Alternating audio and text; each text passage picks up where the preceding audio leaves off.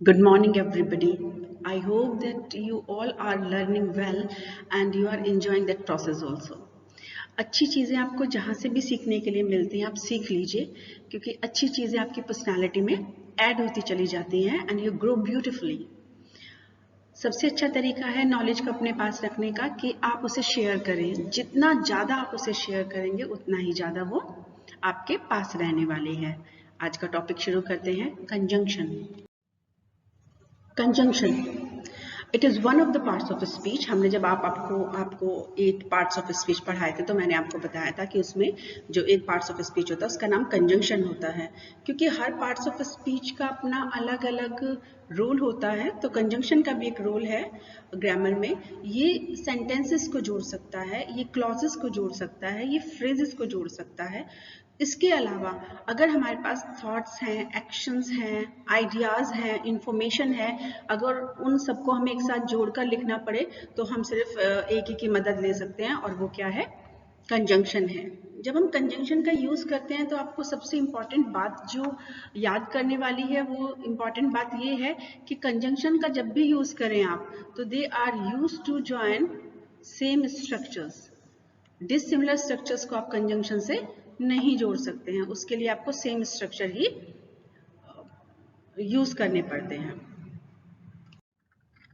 Now we will speak about the role of conjunction. Role of conjunction को पहचानने के लिए ये ज़रूरी है कि हम कुछ एग्जाम्पल्स का सहारा लें. तो एग्जाम्पल्स में आप देखिए, जो फर्स्ट आपका सेंटेंस है वो है Rohit is a nice boy and second one is Ram is a nice boy. अब दोनों ही नाइस बॉय हैं तो अलग अलग क्यों बोलूं, क्यों ना इन्हें जोड़ दूं. और जैसे ही आपके दिमाग में ये आता है कि दोनों को जोड़ दिया जाए, किसका यूज करना है, हमें कंजंक्शन का यूज करना है. तो यहाँ पे हमने क्या कंजंक्शन लगाया है? एंड. और देखिए सिमिलर स्ट्रक्चर के बारे में हमने आपसे बात की थी. तो राम भी क्या है? नाउन है. और रोहित भी क्या है? नाउन है. तो दोनों नाउन्स को हमने एक साथ जोड़ दिया. जब कभी भी आप ऐसा करेंगे तो आप एक बार सेंटेंस का वर्ब और सब्जेक्ट एग्रीमेंट पर भी काम करें. यहाँ पर अ नाइस बॉय और अ नाइस बॉय सिंगुलर के लिए आया है, जबकि जब हमने दोनों को जोड़ दिया तो यहाँ पर आर आ जाएगा और यहाँ बॉयज आ जाएगा. तो ये चीज़ें भी आपको ध्यान रखनी है साथ साथ. The next one is teacher did not allow Ramesh to sit in the class, Ramesh was late. अब इसकी वजह से ये नहीं हुआ, कॉज एंड इफेक्ट. ये कारण था इसलिए इसका इफेक्ट ये हुआ. तो हमने क्या लगाया है? बिकॉज का यूज किया है. Teacher did not allow Ramesh to sit in the class because he was late. Reason उसका ये था, हमने यहाँ रीजन का कंजंक्शन लगाया. इसकी वजह से ये हुआ यानी रीजन उसका ये है तो हमने बिकॉज लगा दिया. Sujata is very innocent. Sujata sister is cunning. दोनों अपोजिट जा रहे हैं देखिए, और अगर दोनों अपोजिट जाते हैं we will use but. This is the theater. I would come in this theater with my friends. Theatre के बारे में बात कर रहे हैं और सेकंड लाइन थिएटर के बारे में ही एक्सप्रेशन खोलकर लिख रहे हैं. तो दोनों को अगर हमें जोड़ना हो तो हम किसका यूज करेंगे? वेयर का. यह वही थिएटर है जहां पर मैं अपने दोस्तों के साथ आया करता था. जहां पर के लिए वेयर आया है. यहाँ वेयर का मीन क्या है? कहाँ नहीं है. या वेयर का मीन क्या हो जाता है? जहां पर. तो जो वर्ड्स हैं ये वाले, इसके बारे में हमारा एक सेपरेट वीडियो बना हुआ है, शब्दों को जाने. तो वो वीडियो आपको देखना पड़ेगा, तब आपको पता चलेगा अच्छा यहाँ पर तो वेयर का मीनिंग ये दिया हुआ है लेकिन वहां पर तो वेयर का मीनिंग ये होता है. कभी ये एडजेक्टिव का काम कर रहा है, कभी ये कुछ और काम कर रहा है. ये क्या चक्कर है? तो ये चक्कर आपको तभी पता चलेगा जब आप वीडियोस को देखना शुरू करेंगे. अब जब हमें ये पता है कि कंजंक्शन क्या होते हैं तो अब ये जानना भी ज़रूरी है कि कंजंक्शन के टाइप्स कितने होते हैं. या सिर्फ एक ही तरह का कंजंक्शन होता है? नहीं. यहाँ आपको 3 तरह के कंजंक्शंस मिलेंगे और उनके बारे में डिटेल में हम अलग अलग वीडियोस में बात करेंगे. अभी हम सिर्फ ये समझ लेते हैं कि वो 3 टाइप के कंजंक्शन कौन कौन से होते हैं. सबसे पहला कंजंक्शन आपको मिलेगा सबऑर्डिनेट कंजंक्शन. नाम से ही लग रहा है आपको सबऑर्डिनेट यानी कि छोटा. यानी कि ये वो कंजंक्शन है जब यूज किए जाते हैं तो एक क्लॉज जो है वो दूसरे क्लॉज पर डिपेंडेंट है.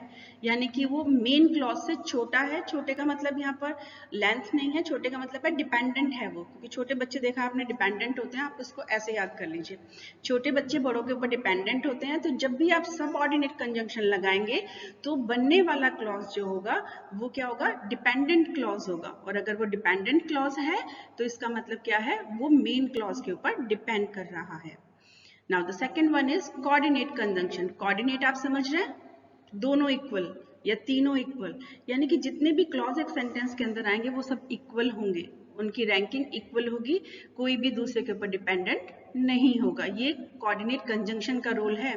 और सबऑर्डिनेट कंजंक्शन का रोल क्या था कि वो एक डिपेंडेंट क्लॉज बनाता है, जबकि कोऑर्डिनेट कंजंक्शन बिल्कुल इक्वल रैंक की क्लॉज बनाता है।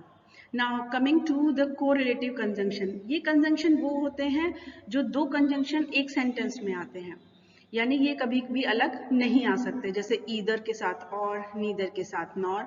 कभी आप इन दोनों को एक साथ देखें तो समझ जाइएगा ये कौन सा टाइप है, कोरिलेटिव कंजंक्शन है। Not only but also, whether और, ये सब एक साथ ही आते हैं, इसलिए हमें क्या बोलते हैं इनको, कोरिलेटिव, जो एक साथ रिलेट किए जाएं या एक साथ लिखे जाते हैं, तो ये कंजंक्शन होते हैं। So these are three types of conjunction, subordinate conjunction, coordinate conjunction and correlative conjunction. Now subordinate भी देखिए कितने टाइप का है, then, that, which, who, whom, after, before, once. तो ये सारे आपको याद करने पड़ेंगे, क्योंकि इन्हें याद किए बिना आप आगे नहीं बढ़ सकते, तो ये आपको याद ही करने पड़ेंगे। और किस लिए यूज होते हैं ये इनके सामने लिखा है। कंपैरिजन करना हो तो देन का यूज कीजिए, रिलेट करना हो चीजों को तो दैट या विच का यूज कीजिए, रिलेट करना हो व्यक्तियों को तो हु या whom का आप यूज कर सकते हैं, और अगर टाइम से रिलेटेड कोई बात आपको ज्वाइन करनी है तो आप आफ्टर, बिफोर, वंस का यूज कर सकते हैं। प्लेस के लिए वेयर एवर का आप यूज कर सकते हैं, वेयर का आप यूज कर सकते हैं। कंडीशंस अगर लगानी है, अगर ऐसा है तो ऐसा होगा, तो आपको इफ, अनलेस या फिर लेस्ट का यूज करना पड़ता है। अगर आपको मैनर बताना है किस तरह से कोई चीज होती है तो आपको हाउ या एज इफ का यूज करना पड़ेगा, जबकि रीजन के लिए आपको बिकॉज या फिर सो दैट का यूज करना पड़ेगा। याद कीजिए, जो चीजें आपको अभी बहुत डिफिकल्ट लग रही हैं, जब आप सबऑर्डिनेट कंजंक्शन का वीडियो देखेंगे तो ये चीजें और भी आसान आपके लिए हो जाएंगी। The next is coordinate conjunction. अब ये कोऑर्डिनेट कंजंक्शन जो है ये चार तरह के हैं, देखिए 4 टाइप्स हैं, cumulative, alternative, adversative and illative. इनका भी अपना एक अलग रोल है। ऐसा नहीं है कि हमें अल्टरनेट चलना है तो हम कम्युलेटिव लगा दें, या फिर हमें इलेटिव का यूज करना है तो हम अल्टरनेट लगा दें। तो यूज देख लीजिए, अगर आपको दो सेंटेंस जोड़ने हैं या आपको ऐसा लग रहा है कि एक सेंटेंस के बाद दूसरा सेंटेंस ये आएगा, जैसे इससे पहले वाली स्लाइड में हमने क्या देखा था, Ram, Rohit and Ram are nice boy, तो दोनों ऐड किया था हमने उन दोनों को, तो यहाँ पे कौन सा कंजंक्शन लगाया था, हमने ऐड लगाया था।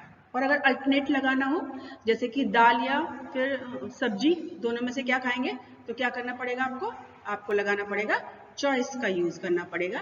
जबकि एडवर्सेटिव के अंदर क्या होता है, जस्ट अपोजिट। बट का यूज भी हम देख चुके हैं, जस्ट अपोजिट। मैंने आपको बताया था Sujata is very innocent but her sister was very cunning. तो क्योंकि दोनों एडवर्स थे, एक दूसरे के अपोजिट थे, तो हमने क्या लगाया, बट का यूज किया था हमने। इलेटिव होते हैं कॉज एंड इफेक्ट, ऐसा है इसलिए ऐसा हो गया। आप समझ रहे हैं, ऐसा था इसलिए ऐसा हो गया। अगर ऐसा कोई सेंटेंस आपको मिलता है कि पहले उसका कारण बताया हो, फिर उस कारण की वजह से ये इफेक्ट आया हो, तो आप इलेटिव सेंटेंस लगाते हैं।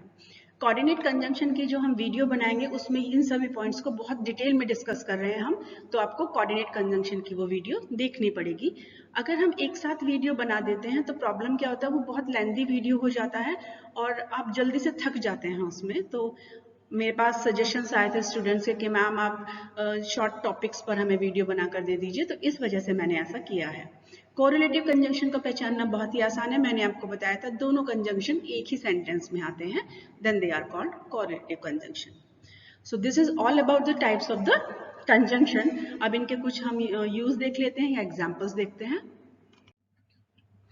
ये सबऑर्डिनेट कंजंक्शन का मैंने अलग से एक स्लाइड लगाया है आपके लिए कि आप कुछ और इम्पॉर्टेंट जो हमारे सबऑर्डिनेट कंजंक्शन है उनको आप देख लें और इनको देखते ही पहचान लें, अच्छा ये लगा हुआ है तो ये सबऑर्डिनेट कंजंक्शन होगा, और अगर ये सबऑर्डिनेट कंजंक्शन है तो इसका मतलब क्लॉज कैसा होगा, डिपेंडेंट क्लॉज होगा। छोटा छोटा समझ गए आप, छोटा बच्चा जो डिपेंडेंट होता है, इस तरीके से आप समझ सकते हैं। Identify conjunction. अब आपने टाइप्स ऑफ कंजंक्शन पढ़ लिया है तो ईमानदारी से आप इसको कीजिएगा। वैसे तो मैंने यहाँ पर कोशिश की है कि मैं बोल्ड कर दूं वर्ड्स को, लेकिन चलिए मैं रिमूव कर दूंगी वर्ड्स को।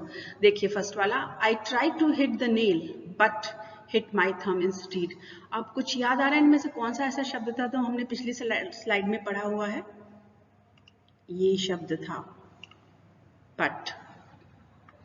Next, I have 2 goldfish and a cat. याद आ रहा है कौन सा वर्ड पढ़ा था हमने? This one. It is conjunction. Now, I did like a bike for commuting to work. याद आ रहा है कौन सा वर्ड ऐसा था जो हमने कंजंक्शन में पढ़ा था? Neither the black dress nor the grey one looks right on me. Right to me. यहाँ पर आपको neither nor याद आ रहा है, कोरिलेटिव हमने कंजंक्शन पढ़े हुए हैं, ये उसका एग्जाम्पल है. My dad always worked hard so we could afford the things we wanted. So इसलिए याद आ रहा है, इसलिए अगर वर्क हार्ड कर रहे हैं थे मेरे डैड तो इसलिए कि हम चीजें अफोर्ड कर सकें. Cause and effect. I try very hard in school yet I am not receiving good grades. बहुत मेहनत करता हूँ स्कूल में लेकिन मुझे अपोजिट हो गया. मेहनत करने के बाद तो रिवॉर्ड मिलना चाहिए, गुड ग्रेड्स मिलने चाहिए, नहीं मिल रहे हैं तो अपोजिट चीजें एक साथ आ गई. Yet is the conjunction.